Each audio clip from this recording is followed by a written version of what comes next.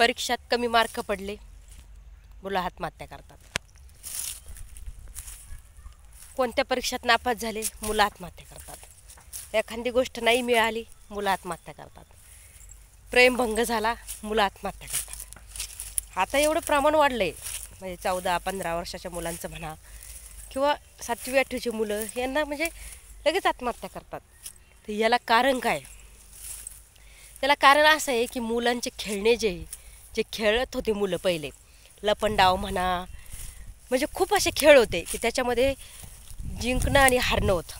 हारलं म्हणजे त्यांनी राज द्यायचा आणि पुन्हा तो खेळ त्यांनी खेळायचा. ह्या गोष्टी त्यांच्यातच राहिल्या नाही. झाडावरती चढणं म्हणा, म्हणजे त्यांना हार जीत होऊ शकते जीवनामध्ये आणि झाली तर ती काही मोठी गोष्ट नाही आहे हे त्यांना माहीतच नाही. त्यामुळं त्यांना हारणं नाही, इन्सर्ट सगळ्या गोष्टी भेटायला लागल्या.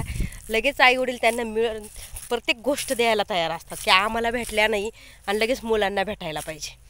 म्हणून त्यांना कोणत्या गोष्टीसाठी पेशन्स आणि जिंकू शकतो, हरू शकतो ह्या गोष्टीचा अनुभवच नाही.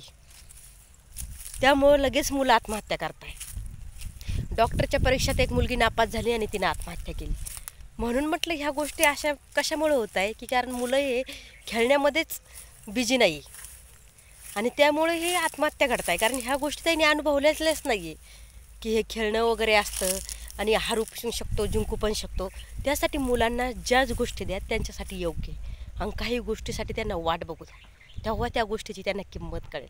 प्रत्येक गोष्ट आपण जरा त्यांना देत आलो तर त्यांना त्या गोष्टीची किंमत कळणार नाही आणि त्यांना सवय होईल प्रत्येक गोष्ट सहज मिळण्याची आणि याच्यासाठी काहीतरी पेशन्स लागतं. ह्या गोष्टीची सवयच राहणार नाही. आपल्याला भेटलं नाही म्हणून प्रत्येक गोष्ट त्यांना द्यायची नाही. व्हिडिओ आवडल्यास व्हिडिओला लाईक करा आणि पुढे नक्कीच शेअर करा.